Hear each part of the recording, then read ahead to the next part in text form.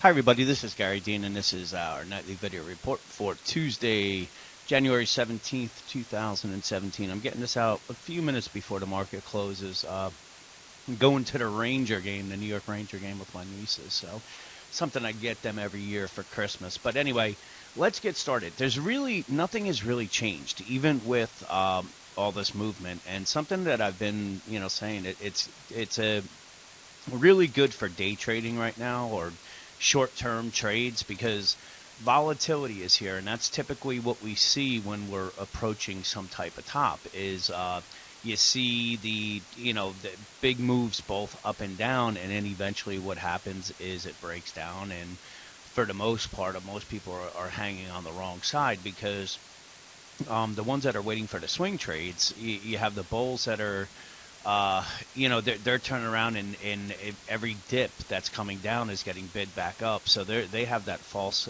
complacency that the markets aren't going to go down. The bears are waiting for the swing trade. They're seeing the S&P down 15 points or whatever, and then rally back up, and they see a trade that they were up pretty good on break even, and they get stopped out. So eventually they just stop trying, and that's usually when when everything rolls over. It doesn't seem like we're there yet. I mean, it could be. We're definitely in the process of it, and we're very late in the let's say the game for this particular move.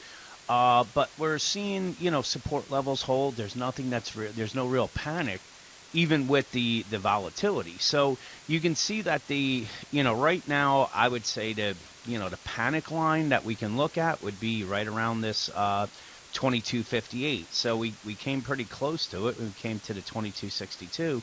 But the reason why I'm calling that, say, the panic line is if we look at when this rally started, we haven't traded and closed underneath here on a 60-minute basis. So this almost could be the little panic line right there. Now, if they do lose it, then there's support all the way down at this 2235 level. Now, if it gets there, I've been saying that I'd be interested in maybe a long position, but what I would probably do, I would probably just wait for the bounce, and then from there take the short position, because I do believe that the bigger point move from here is to the downside. So I've been pretty patient. Do I want to get caught on a long trade? And if this, say the time just runs out and we're heading down, I don't want to be holding on to anything. So if it comes down, I'll wait for a bounce and hopefully, short the bounce. And then, like I said, once we top here, we should have a fairly nice drop to the downside. So the bearish divergences, we're warning not to jump just on the long side here.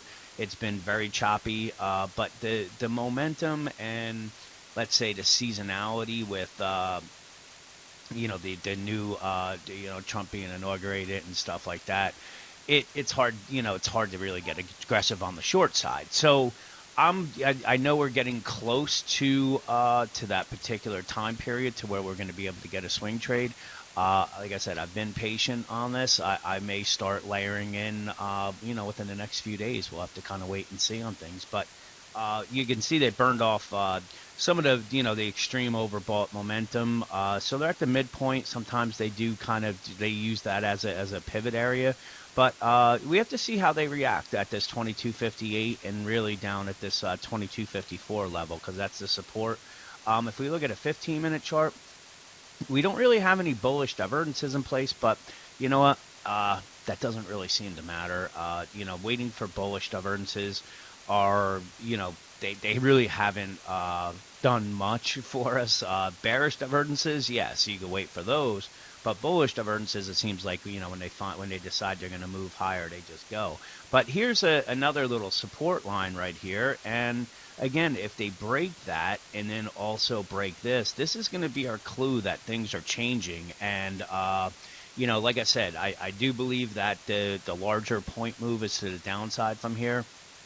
I'm not 100% convinced that they're not maybe going to try one more spike up, but I'm open-minded for this thing has been playing out for quite a long time. We're towards the tail end of the time period on it, and like I said, if this is it, then it's it. I have no problem jumping on the short side because I think there's a lot more points down. I'm hoping we still have one more spike up, but I'm kind of open-minded on this stuff right now. So with that, enjoy the rest of your night, and I will talk to you guys tomorrow.